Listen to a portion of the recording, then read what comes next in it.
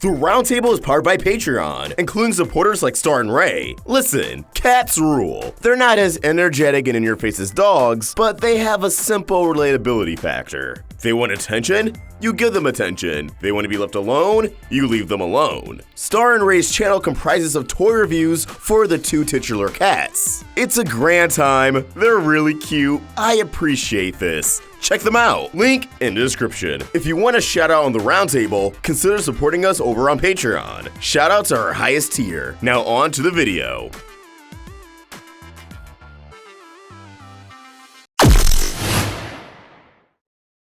Welcome back to the Roundtable. I'm Vox, and OKKO is kicking off the beginning of the end. Yes, Season 3 of OKKO is premiering in July, which it may already be July 2019 by the time you're watching this. And if that's the case, OKKO Season 3 premieres this month! Now, I don't really believe it's that much of a secret OKKO is ending. There have been plenty of sources who have come forward and said, yeah, there will not be any more OKKO beyond the season that awaits us. Now, we know this season is still in production. Ian JQ is very vocal about the fact that he's still working on the show, some things still even being in the storyboard phase. But even from what I've personally heard, it's not that the series is canceled, it's more along the lines of, it's hit the normal quota most Cartoon Network shows have, and because its performance isn't anything extraordinary, the network just decided to not renew for any more episodes. That being said, I don't think OKKO will end on an underwhelming episode. We already have a title for what sounds like the series finale, Let's Fight Till the End, a half-hour special, and the synopsis for the first few episodes of the season does sound like stories you would get at the end of a journey. If there really isn't anything after Season 3, if we don't get a Season 4, then I believe OKKO will have a nice beginning, middle, and end. So today we're going to break down the descriptions, take a look at what awaits in the world of OKKO, and how I came to the conclusion that these episodes sound like they're setting up the end of the series. The season kicks off with We Are Heroes on Sunday, July 7th. With the synopsis,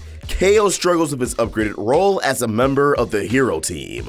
This already as a season premiere parallels the series premiere, titled Let's Be Heroes. In Let's Be Heroes, KO aspired to be the greatest hero ever. He met Rad Enid for the very first time, yet as we saw throughout the season, he wasn't quite on their level. But now, after everything that's happened since then, and we've seen glimpses of KO's true power, it makes sense that he would be more valued on the team, being entrusted with more responsibilities, and getting closer to the recognition of a true hero that he's always strived to be. Alongside this episode is KO, Rad, and Enid. When confronted with their lack of a team gimmick, KO, Rad, and Enid wonder what their group identity should be. Now I feel like this episode is going to get very meta. Because yeah, KO, Rad, and Enid don't really have a team gimmick. It's not like they're out here being the Power Rangers. The closest thing all three of them have in common as a team, in terms of anything being their gimmick, is the fact that they work at the bodega. And yeah, they went the entire series without having a gimmick, and I doubt whatever gimmick they try to have here is going to stick. So again, it's a nice reflection of the series thus far, how they never really needed a team gimmick to be cool and entertaining. Fast forward to Sunday, July 14th,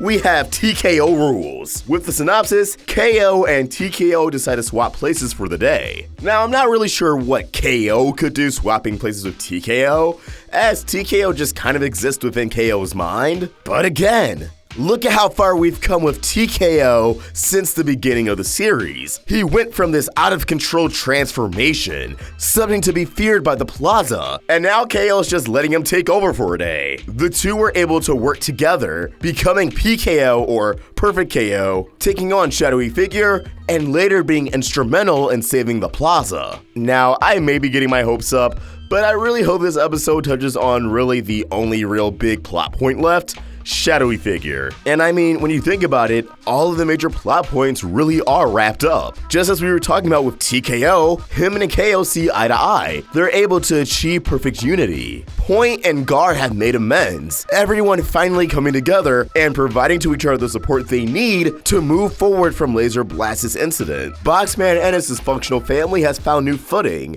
with Boxman teaming up with Professor Venomous, which has brought a lot of excitement and innovation to Boxmore. So yeah, Shadowy Figure is really all who remains, and I'm really hoping the boy's going to pop up in this episode. After all, he only had one appearance in Season 2. TKO's house. TKO and Shadowy Figure go hand in hand. But speaking of major plot points, alongside TKO Rules is Chip's damage, where LOD enlists KO to help figure out what to do about Chip damage. Now this is more or less picking up the pieces of Chip Damage's little arc, the Point Prep Academy, and what to do now that Point and the Bodega see eye to eye. Now Chip Damage was KO's idol, and also apparently a robot, so I think it'll be really cathartic for KO to help Chip Damage, to make amends with who was once his biggest inspiration. Maybe Shadowy Figure will scoop up Chip Damage and become another fallen Point hero who sets their sights on the plaza for revenge. Sunday, July 21st, we have KO versus Fink. When Fink taunts KO for being a mama's boy, he grapples with his newfound insecurity about it. Now I find this hilarious because, yeah, KO is a mama's boy, but Fink is a daddy's girl. God, I hate how sexualized that sentence sounds now. But Fink is constantly looking for Venomous, her father figure, for support, for guidance. Now KO's insecurities about being a mama's boy can tie into his insecurities about not having a father. Another lingering plot point that's touched on every now and then in the series, and one that definitely ties into Shadowy Figure because he's Laserblast and Laserblast is KO's father! Any episode of Fink is sure to be a good time. So you already know I'm excited for this one. Alongside this week's episode is the KO trap, where KO, Rad, and Enid are caught in an especially devious trap. Now to me, this just screams Boxman and Venomous. And again, with this likely being the final season, and having all of these callbacks and parallels to the very beginning, I would not be surprised should this episode actually focus on Boxman and Venomous, if it has a lot of callbacks and parallels to where captured in season 1. Venomous' first appearance in the show proper, which planted the seeds for the bond between him and Boxman. Sunday, July 28th, we have Whatever Happened to Rippy, which I believe is guaranteed to be a lore-heavy episode, and is also a nice callback to Whatever Happened to Robot Jones. If you need to refresh your memory, Rippy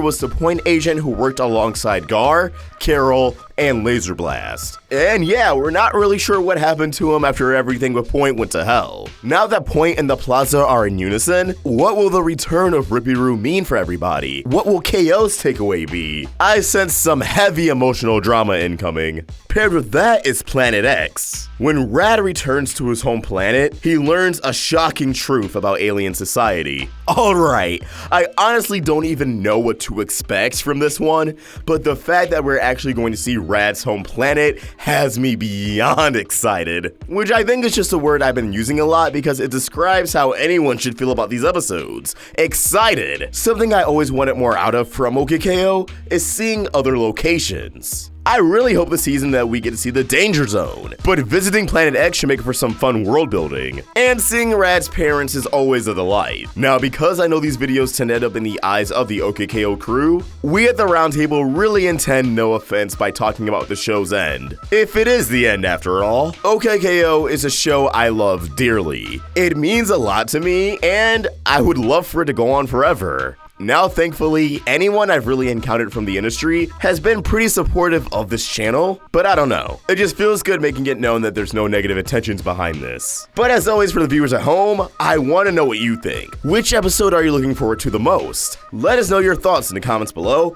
or tweet your thoughts at RoundtableVids. And for more of my own thoughts, you can find me at OshrickVox. We're also on Instagram. Help the Roundtable grow by either becoming a member of this channel or supporting us over at Patreon. Link in the description. If you enjoyed this video, please sort of like and subscribe to the Roundtable for more great cartoon content. Thank you for watching, and I hope you have an awesome day. OshrickVox, signing out.